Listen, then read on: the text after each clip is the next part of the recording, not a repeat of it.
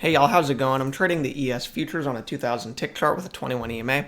So I've got the overnight high up here and the overnight low down here. These are our key levels for the day. I started trading at 8 Central Time, which is this area right here.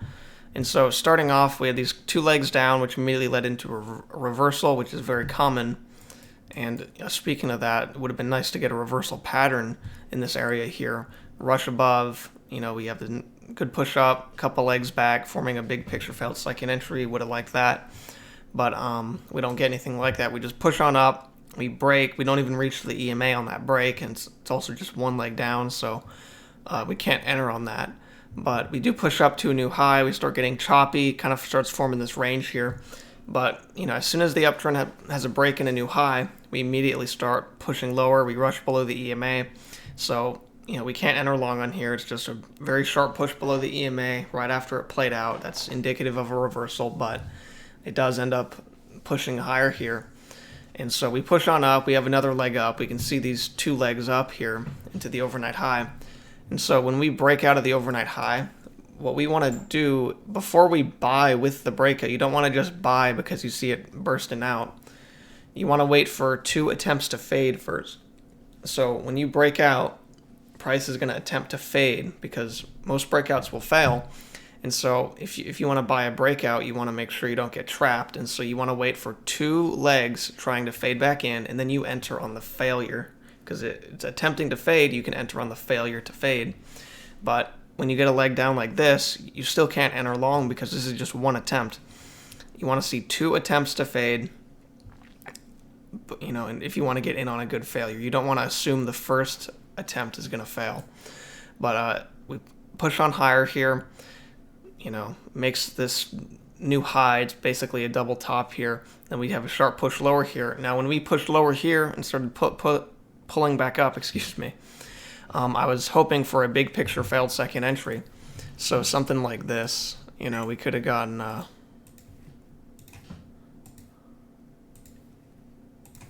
couple legs up to the, if we got something like this, a very clear failed second entry, like maybe retesting the overnight high, that could have been a great entry. This is what I was hoping for, because this is the most ideal type of trade in this area. When you burst out of the overnight high and you rush back in, you want to see a failed second entry, because that's a reversal pattern, and you can expect to reverse at the range highs and reverse down to the lows, push back up.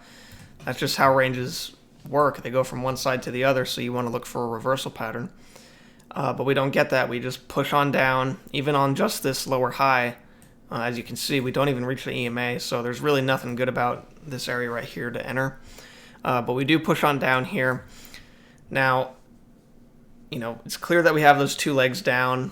On a bigger picture, if you draw it out, you can draw that, drag it over. It's basically two legs down, but on an even bigger picture, we can tell this is just a leg down. Just a single leg down, and so when we bounced here, we got this higher lows into the trend line, not off of anything. Of course, we can't take it. But when we push down here, we have this downtrend break, first attempt at a new low. When you're looking at this in hindsight, it can look very good. And, it looks like a higher low shooting above the EMA. And it looks very good in hindsight when you see it take off like that. But here's the thing, though.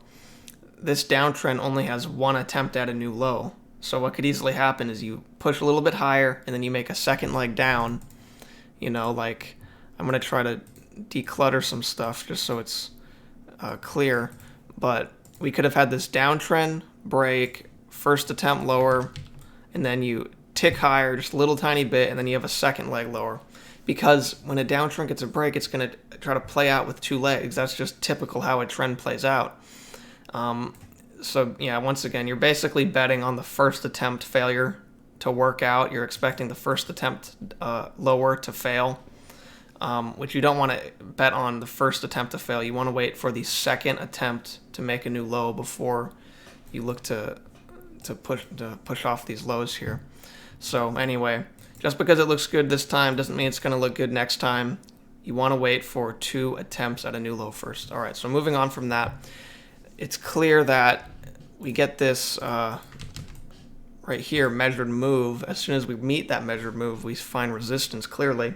And so it ends up pushing on higher here. We don't even reach the EMA, so clearly the bulls are taking control. If even at this measured move it can't even push down to the EMA. And then here we get this first entry long. It barely misses the EMA, but even if it did reach the EMA, it's just a first entry, so I still wouldn't be able to enter that safely. And so we push on up here. We start going sideways. We start forming this thinner channel as well. And so we push up, we break, first attempt higher, second attempt higher. Of course, this is a really small picture, not touching EMA, so I'm not going to enter on stuff like that. But even on a small picture, you can still kind of see what's going on. You get the break, a couple attempts higher before reversing back down. And so then we're holding on these lows right here, but you don't have any room at that point. You'd have to, your target would be way out of this range. It'd even be above the overnight high. And so, I didn't mean to move that there. So anyway, in this range right here, we push out. Now, this is just a first entry right here. You get that new low right there, first entry short, EMA straight up at that point. I mean, there's no way that I would want to enter into something like that. I would just want, to push out of here. Or at this point right here, I actually was open to assuming we let the EMA get higher up first, maybe chop around a bit. I was open to some kind of lower high that has room to these lows down here and play this smaller picture range. But ideally, what would happen is we would actually get a large push out, a couple large attempts higher, get something bigger picture. But sometimes you got to look for the smaller picture stuff if it's getting a little bit choppy. But anyway, you don't want to enter short while it's that bullish. You just want to wait on some kind of lower high. Like I was saying, I was even just wanting something to ride down to here. But anyway, we continue sideways. So at this point, you might get tempted to buy and sell at the same time because we're clearly rejecting the overnight high right here, but we're also not able to get through the EMA. Touches the EMA, it pushes back up. Touches the EMA, pushes back up. However, when it touches the overnight low, it pushes down. You break out, immediately starts fading back in. So this is just one of those areas where you got to sit on your hands. You got to wait for it to either break out or fade, because this is a very confusing area. Unable to get through the highs, but the EMA is basically straight up. So anyway, at this point, we finally burst out of this area, and then once again, we're breaking out of the overnight high. We get the first attempt to fade, second attempt. Now, it's pretty clear those attempts there, but it's also forming this range here. Now, you can see it says no fill. So let me move this for a sec. Although before I move that, I do want to mention that at this point right here, it's very clear to see that we have this measured move in play. And this measured move in play did have to do with this trade right here. I was saying, okay, we have two attempts to fade the overnight high. We also have this measured move in play, so we can definitely look to go long. And so when we pushed back above the EMA and closed above after those two legs back, I was thinking, okay, I can just ride it to the high of this range right here if I can get filled with a limit order, because it is very clear and consistent, so you don't want to push prices through that, especially when you consider that this first leg down here was within this uptrend, and then it was only the second leg that broke. So you actually are basically taking a small picture trade in this area, but you're using this bigger picture measured move to your advantage while you're taking this smaller trade. But you don't want to push it past those highs. It's just way too consistent and clear. So when this bar closed above the EMA and we ticked higher, I wanted to get filled with a limit order, which at first I had it like this at 8, and so I did not get filled on anything.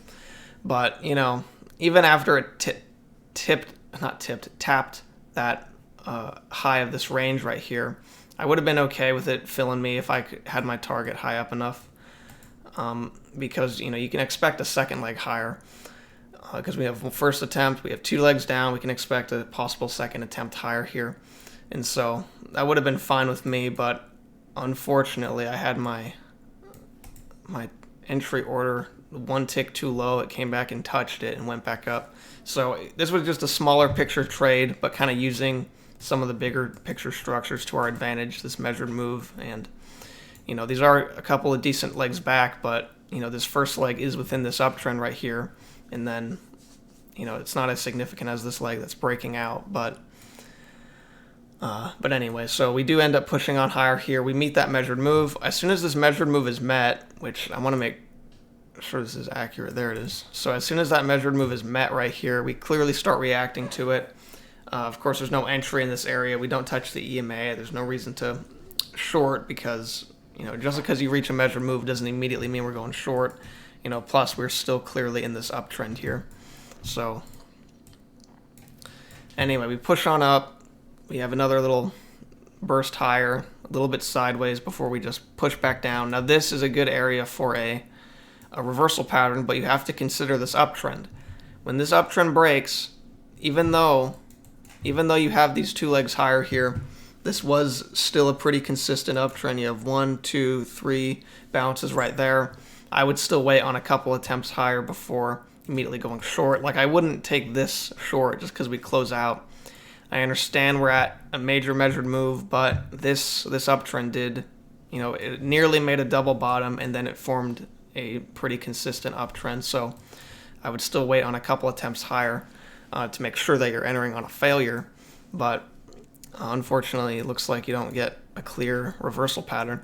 And days like today, they can be kind of annoying because at the beginning we had decent volume. Prices were moving pretty easily at first, but we still didn't get any clear setups here. And then when you see stuff like this, it can make you, possibly start emotional trading because, in hindsight, to untrained eye, I suppose it can look very good because it just looks like such a nice higher low after bouncing off the overnight low. But once again, you got to look at these bigger picture structures. We only have a downtrend break and only 1 attempt at a new low there. So, when prices are moving well but not given setups, that's sometimes more annoying than when it's just really choppy and slow.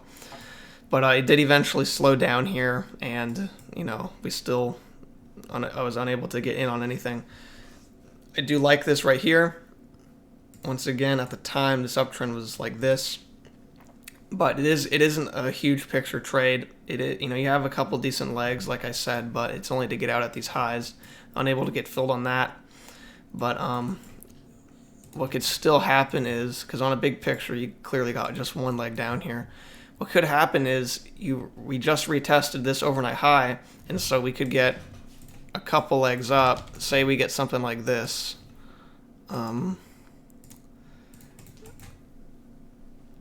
2 legs pushing off the overnight high. If you get 2 measured legs, that's basically like uptrend, break, new high, played out. And then on a bigger picture, you can see first entry long, second entry long, failure.